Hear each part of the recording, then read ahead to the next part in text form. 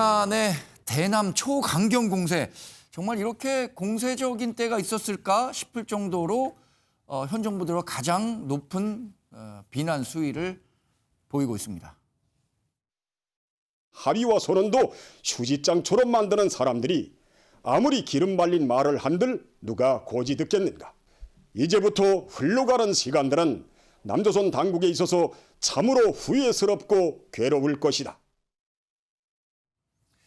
네, 북한이 현 정부 들어 가장 강도 높은 우리 대북 정책에 대한 비판에 나섰습니다.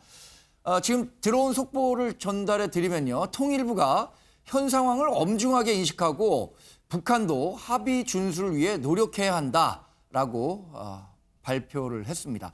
현 상황을 엄중하게 인식해야 한다는 것은 아마 최근 들어서 계속 높아지고 있는 북한의 대남 공세, 이 부분들에 대한 얘기겠죠. 할 얘기가 굉장히 많을 것 같습니다. 왜냐?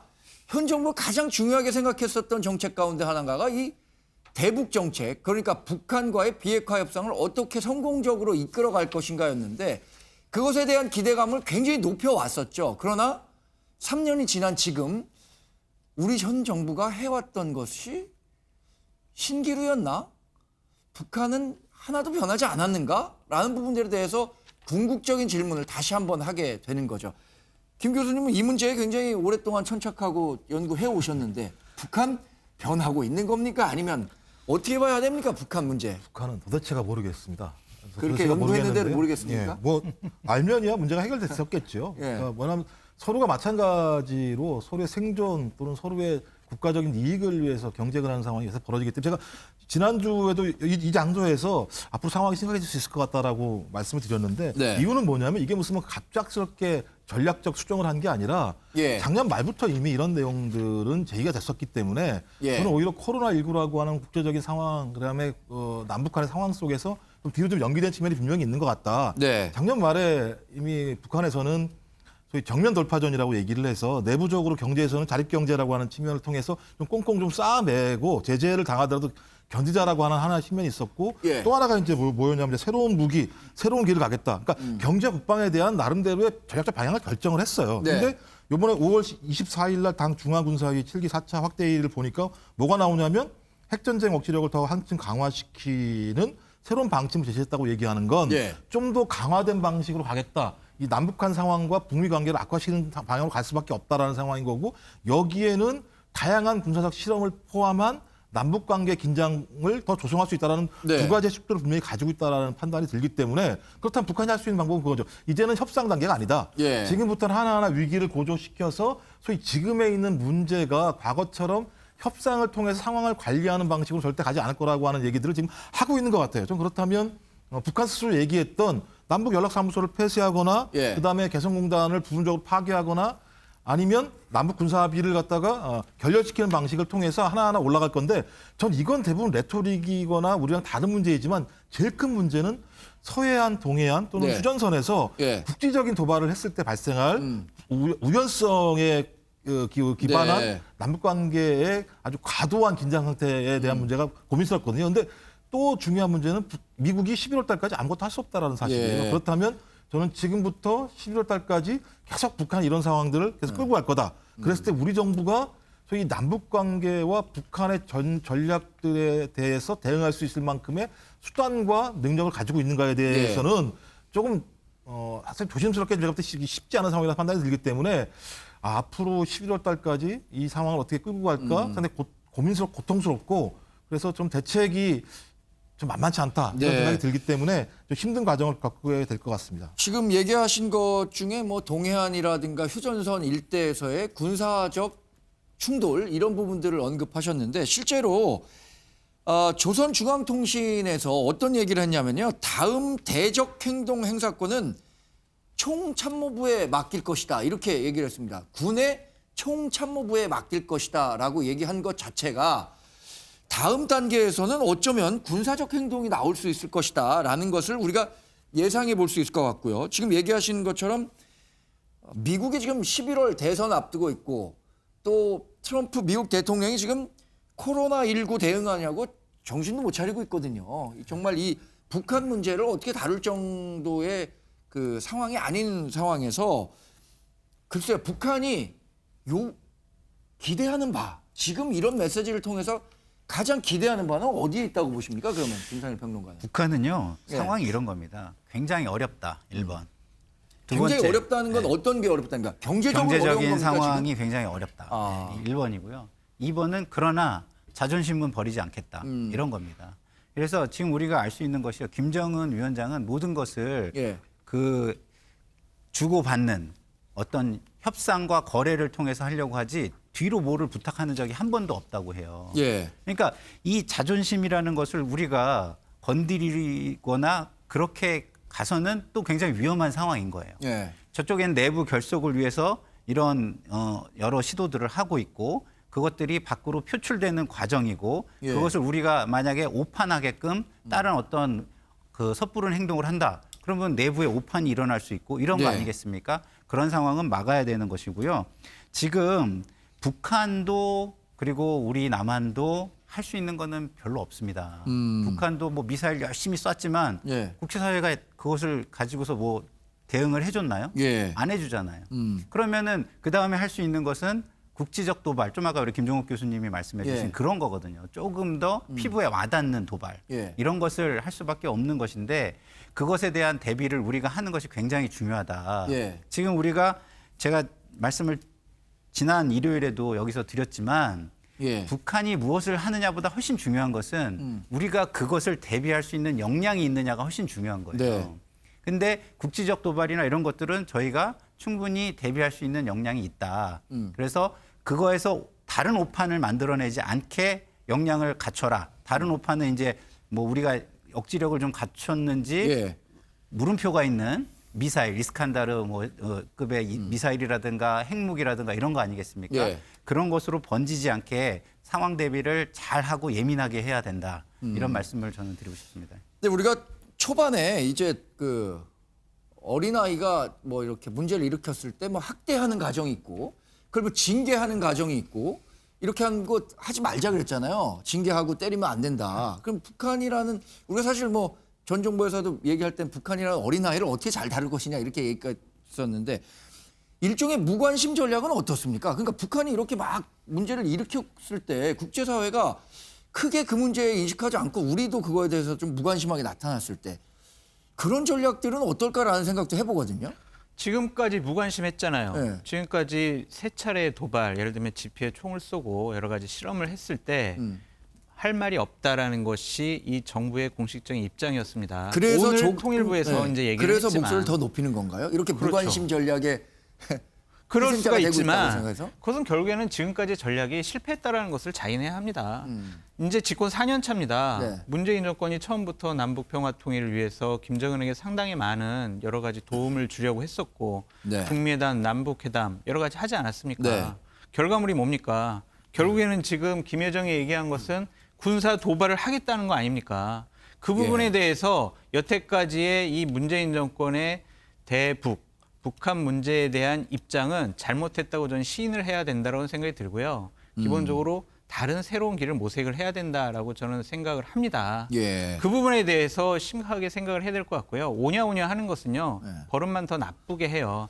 때리지는 말아야 되지만 혼내야죠. 다른 방법을 고민하기에는 뭐 지금 정부가 갖고 있는 정치적 정체성을 부정하는 식으로 갈 수도 있기 부정하더라도 때문에 지금까지 아무런 결과물을 내놓지 못하고 상황이 지금 더 악화되고 있지 않습니까? 북한 계속 핵실험 했고요. 이제는 핵실험 안 하는 이유가 뭐겠습니까? 이제는 핵실험하지 않을 정도로 핵은 개발은 완성이 됐다라는 거고 이제 SLBM이라든지 대륙간 탄도미사일 앞으로 더 실험하고 국지적인 도발하면 어떻게 할 겁니까? 예. 그때도 그럼 말을 아끼고 대응하지 않을 겁니까? 이러한 것 자체가 잘못되어서 생각이 들고요. 저는 민주당에도 얘기하고 싶습니다. 이렇게 북한 문제 때문에 상당히 나라의 위기감이 고조되고 있는 현재 상황에서 법사위라는 상임위 예. 그 문제에 집착을 해서 지금 국회가 열리지 못하고 있잖아요. 예. 지금은요. 빨리 국회를 열어가지고 이러한 위기 대응 상황에 있어서 여야 가릴 거 없이 머리를 맞대야 되는 시점이다라고 좀 말씀드리고 싶어요. 천 의원님은 어떻게 보십니까? 이 현 정부가 추진해왔던 대북 유화 정책, 뭐 또 대화를 통한 네. 비핵화, 전 정부와는 좀 기조가 달랐던 거죠. 전 정부에서는 뭐 굉장히 강하게 북한을 다그칠 때도 있었고 목함지뢰 사건 2015년인가요? 이때는 굉장히 긴장 강도가 높기도 했었잖아요. 어떻게 그렇습니다. 평가하세요? 이 대북 문제를 복잡하게 생각하면 한없이 복잡하고 예. 또 그렇지 않고 원칙의 문제로 보면 대단히 또 이렇게 저는 이렇게 간단하게 이렇게 볼 수 있는 그 여지가 많습니다. 이게 북한하고 우리하고 이제 관계 문제는 우리가 항상 질 수밖에 없습니다. 이게 근본적으로. 왜냐 예. 북한은 정권이 지속 이제 장기 정권이 이제 평생 정권이잖아요. 네. 지속이 돼 있고 한국은 이렇게 계속 바뀌는 정권이기 때문에 그렇죠. 그 정권에 따라서 지금 대북 정책이 계속 바뀌거든요. 네. 그래서 이 양자 사이에 이게 외교 관계라는 거는 항상 우리가 분리할 수밖에 없는 예. 그 원천적인 저는 한계를 갖고 있어요. 그 특히 이제 문재인 정부 들어와서 가장 큰 이제 문제가 초기에 너무 저자세로 가버렸죠. 예. 이제 미국 정책은 어느 정부가 바뀌어도 어느 정도 일관성이 있습니다. 미국 정책은 그게 이제 우리가 이야기하는 Don't buy same horse twice라는 그런 정책이거든요. 같은 말을 두 번 사지 않는 거예요. 그러니까 예. 똑같은 전번에 한번 뜯어먹었으면 이번엔 똑같은 걸 또 돈 주지 않겠다 이런 네. 게 있는데 사실은 문재인 정부 들어와서 두 번 뜯어먹어도 돈 주고 세 번 뜯어먹어도 돈 주겠다. 그러니까 우리는 무조건 협상을 하겠다. 너무 이제 예. 그쪽으로 가버리니까 저쪽에서는 북한에서는 많은 기대를 이제 사실 하게 됐죠. 하게 됐는데 실제적으로는 돌아온 게 없는 네. 이런 상황이다 보니까 저는 이제 이 상황이 예. 여기까지 왔다고 보고 여기서 이제 저는 제일 걱정이 되는 거는 다음에 이제 도발이 틀림없이 도발은 있게 돼 있습니다. 도발을 네. 하겠다고 했기 때문에 도발을 하게 되면 그 다음에 우리 문재인 정부는 어떻게 대응할 것이냐. 네. 과거 정부 같았으면 아마 도발을 했으면 도발에 대해서 강한 응징을 하는 식으로 했을 겁니다. 네. 문재인 정부는 아마 도발을 하고 난 다음에 또 달릴 겁니다. 또 퍼줄 거예요.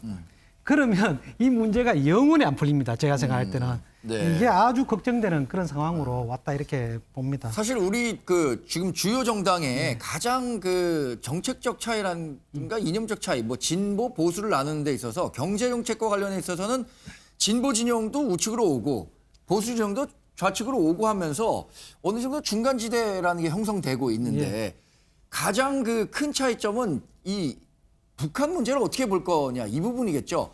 보수 정당은 북한에 대해서 굉장히 강경한 태도를 갖고 있고 진보 진영은 조금 더 유화적인 태도를 갖고 있는데 말씀하신 것처럼 이런 비판의 목소리가 나오고 있는 거고 이거에 대한 뭐 현 정부와 또 민주당 진보 진영의 생각도 있을 거고요. 예, 저는 반론을 좀 말씀을 예. 안 드릴 수가 없는 게요. 첫 번째, Don't buy the same horse twice 이 말씀하셨는데 네.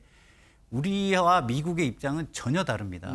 미국은 그렇게 할 수 있어요. 네. 근데 우리는 그렇지 않습니다. 바로 옆에 있기 때문에 모든 것에 예민하게 영향을 받고 있고 국제적인 그러니까 한반도 리스크라는 것도 경제적으로도 직접적으로 받아요. 예. 북한이 도발을 하면은 우리 경제가 흔들흔들 거립니다. 그러니까 그걸 똑같이 놓고 말할 수 없다는 거 하나를 말씀을 드리고요. 두 번째는 역사가 입증하는 게 있어요. 강대 강으로서는 국가 간의 문제를 해결할 수 없다. 이거를 역사는 이미 잘 보여주고 있습니다. 그러면 뭘 해야 되느냐? 상호 의존성을 높여야 되는데 그러려면은 북한에게 우리가 저들에게 정말 필요하다는 거를 많이 주고 그거를 덜 주거나 조정했을 때 어려움을 느낄 수 있는 정도가 돼야 되는 거예요. 예. 그게 이제 상호 의존성이라는 예. 거 아니겠습니까? 그러면 물론 당근과 채찍이 둘 다 필요하다는 건 동의하지만 결국에는 우리가 북한의 자존심을 다치지 않고 그다음에 미국을 최대한 설득하는 노력을 해서 줄 수 있는 것은 최대한 주는 것이 최선의 정책이고 그것이 상호 의존성을 높이는 방식이다. 이 말씀을 제가 반론으로 말씀드립니다. 저도 잠깐만 얘기할게요. 자, 강대 강의 대치에서는 결국에는 전쟁이란 전쟁이죠. 전쟁으로 예. 종식되는 거고. 자, 대화 협상하자. 근데 대화 협상이 잘 안 된단 말이죠. 그러면은 우리가 그동안 기다려왔던 게 어떻게 생각하면 북한의 내부 붕괴를 한번 기다려보자 이런 생각도 있었던 거 아니에요? 예, 뭐 저는 그거는 뭐 지금까지 계속 바람으로만 끝난 부분이기 때문에 얘기할 필요는 없을 것 같고요. 붕괴되는 상황이라는 건 누구도 알 수 없게 붕괴되는 거니까요. 근데 핵심은 뭐냐면 저는 여야나 진보나 보수나 마찬가지인데 서로가 좀 과거의 역사를 돌이켜볼 필요가 분명히 있을 것 같아요. 그러니까 소위 지금 보수 진영이 정권을 잡았을 때도 2017년 엄청난 소위 남북 한반도 전쟁 위기가 분명히 도래를 했었고 그것 때문에 우리가 상당히 힘들어했었죠. 2020년 마찬가지입니다. 진보 정부가 그 권력을 잡은 상황에서도 또 이런 상황이 분명히 발생을 해요. 전 그렇다면 이 문제는 진보와 보수의 문제는 아닌 거다라는 사실들을 확인할 수 있기 때문에 일단 이 상황에서 어떠한 방식이 적어도 상황을 관리하거나 아니면 상황을 좋은 방식으로 갈 수 있게 할 것인가라고 하는 어떤 대안을 만들어야 되는 거죠. 근데 여기서 계속 예를 들면 퍼졌다거나 저자세라는 논쟁을 가지고는 저는 이 문제가 절대 풀어지지 않는다. 퍼주기와 저자세 논쟁은 내부의 남남 갈등만 유발할 뿐이다. 핵심은 하나예요. 제가 볼 때는. 대북 유엔 제재라고 하는 부분들 결의안이 계속 발표가 되게 되면 마지막 최종 결의안부터 해소해 나가는 방법들에 대한 국제사회와 남북 간 북미 간 타협을 볼 수밖에 없다는 생각이 들어요. 저는 이것에 대한 시발점들이 만들어지지 않게 된다면 해결책은 아무것도 없다. 저는 이건 진보 정부가 들어서던 보수 정부가 들어서던 여기에 대한 대책, 그다음에 우리의 설득, 그다음에 미국의 일정한 양보, 그다음에 북한의 거기에 상한 조치라고 하는 것들이 맞지 않게 되면 저는 어떤 형태로든지 이 문제는 반복될 수밖에 없다고 생각을 하기 때문에 지금 상황에서는 저희 그 북한이 계속 얘기하고 있는 미국이나 우리한테 메시지 전달하는 건 뭐냐면 그런 얘기가 보따리를 던져주지 않을 거다. 만약에 당신들이 상응한 내용들에 대한 내용을 안 주게 되면 절대 보따리 우리가 줄 보따리는 없어라고 얘기했다면 저는 이것을 기분 나빠할 필요가 있는 게 아니고요. 지금까지 실제로 미국이 준 게 별로 없어요. 실제적으로는요. 북한에게. 좀 그렇다면 다 주자는 얘기가 아니라 저도 국제사회 유엔에서 얘기한 대북 제재 마지막 결의안에 대한 내용들을 갖다가 뒤로 후퇴할 수 있을 만큼에 대한 내용들을 가지고 미국과 협상할 수 있는 여지들을 만들어낼 필요가 분명히 있다. 그런 내용을 가지고 저는 제가 볼 때 미국이 협상을 해야 되는데 미국 대선 문제 때문에 좀 애매하긴 합니다. 그 부분이. 저희가 시간이 별로 없는데 그러면 장 소장님께 이것만 여쭐게요. 저 대북전단을 가지고 문제를 삼았잖아요. 대북전단 갖고 문제 삼는 건 정말 명분 쌓기용이었던 거 아닌가요? 짧게만 설명해 주시죠. 그렇죠. 그냥 대북이 지금 얘기하잖아요. 지금 북한에서 한미 연합훈련보다 대북 전단이 훨씬 더 자기네에게 위협적이다라고 얘기를 하는데 그 부분 하나의 빌미라고 생각합니다. 네. 자, 오늘 5분 말씀 아주 치열하게 잘 들었습니다. 고맙습니다. 날씨가 아주 더워졌습니다. 코로나19 아직 저희가 안심하긴 이르죠. 생활 속 거리 두기 잘 실천하는 일요일 되시기 바랍니다. 시청해 주신 여러분 고맙습니다.